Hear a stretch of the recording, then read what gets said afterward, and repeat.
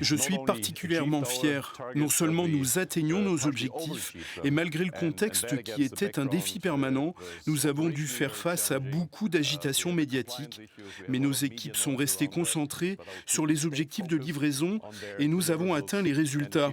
C'est ce dont je suis fier. Et quel est votre défi pour la prochaine année? Je dirais un peu la même chose, Thierry. Je veux dire la poursuite des montées en cadence de production. Nous avons des difficultés sur certains moteurs, on doit y travailler.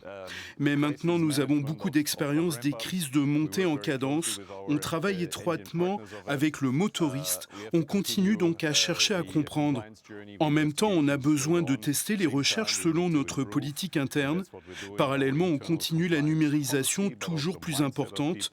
On a commencé il y a 3 ans sérieusement, on a fait de gros progrès, mais on a besoin d'accélérer avec les évolutions en cours pour rester au top. C'est l'année des grands changements managériaux. Comme je l'ai dit par le passé, c'est principalement des changements de génération.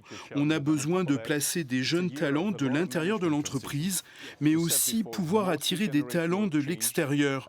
Eric Schulz remplacera John Léry, Bruno Event et Guillaume Faury. Guillaume, lui, est déjà impliqué dans la recherche des solutions de problèmes des moteurs pour la gamme commerciale. Ce sera un grand président d'Airbus commercial après Fabrice. Donc on a beaucoup de boulot.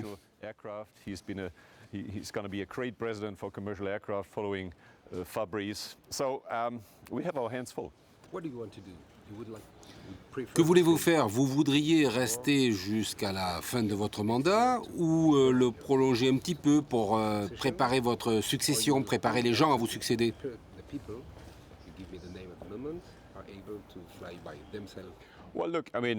Regardez, je veux dire, on a fait une annonce très claire à la fin de l'année dernière. Je reste jusqu'à la fin de mon mandat en avril prochain. Je sais que certaines personnes disent Tom Enders, les dirigeants doivent rester 6 ans.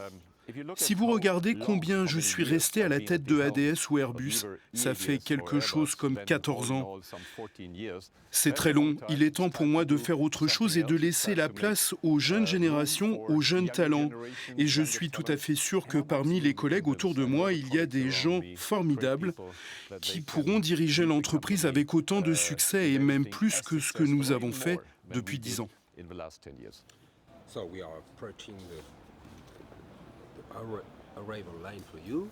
Maintenant qu'on arrive près de la ligne d'arrivée, pour vous, de quoi êtes-vous le plus fier dans votre travail? Je dirais 2 choses. Premièrement, je vais vous surprendre, on a décidé de créer la Fondation Airbus pour faire le bien dans le monde, pour utiliser nos avions d'essai, nos hélicoptères, nos systèmes spatiaux pour des missions humanitaires et convaincre les jeunes de s'engager dans les métiers de l'aéronautique et de l'espace.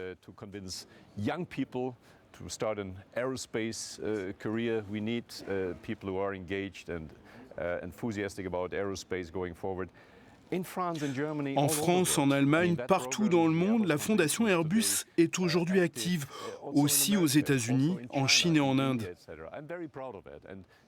Je suis très fier de voir combien les membres de nos personnels sont engagés dans la Fondation Airbus.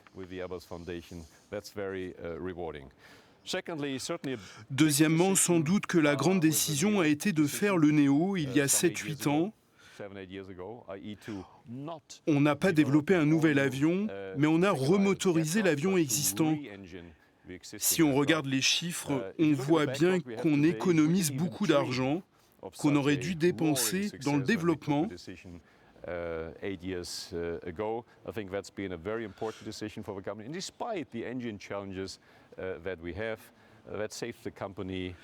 Je suis également fier de l'internationalisation d'Airbus comparée à ce qu'était EADS Airbus il y a une dizaine d'années.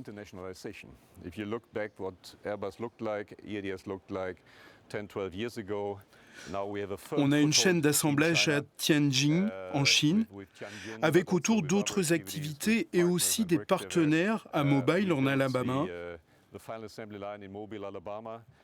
On a construit une chaîne d'assemblage. On était en grande difficulté aux États-Unis face au protectionnisme.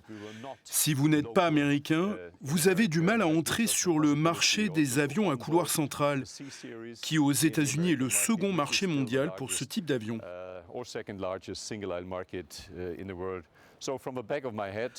Voilà ce qui me vient à l'esprit, Thierry, et ce dont je suis particulièrement fier. Très rapidement, comment imaginez-vous l'avenir, le futur pour le programme A380 et par rapport aux problèmes que rencontre notamment le 400M?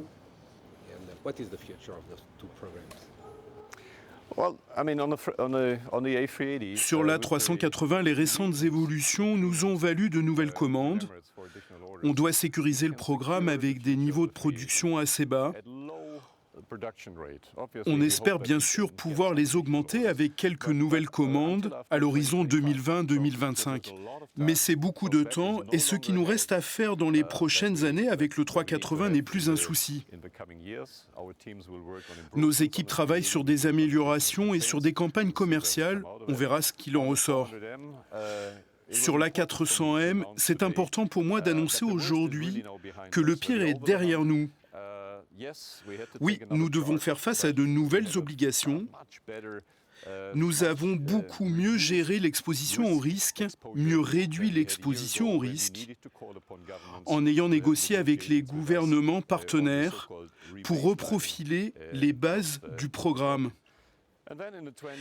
Et pour les 20 ans à venir, nous devons nous préparer à l'arrivée de nouvelles technologies et inventer probablement un nouveau business model. On a besoin de beaucoup préparer la numérisation pour être prêt à lancer la numérisation totale d'un nouveau grand programme.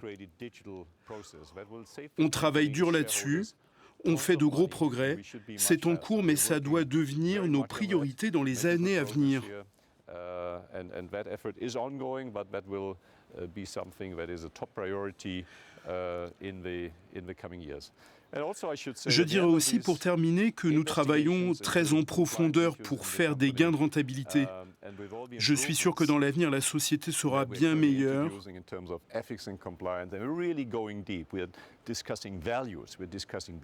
Bien plus performante dans ses activités que ça ne l'était dans le passé.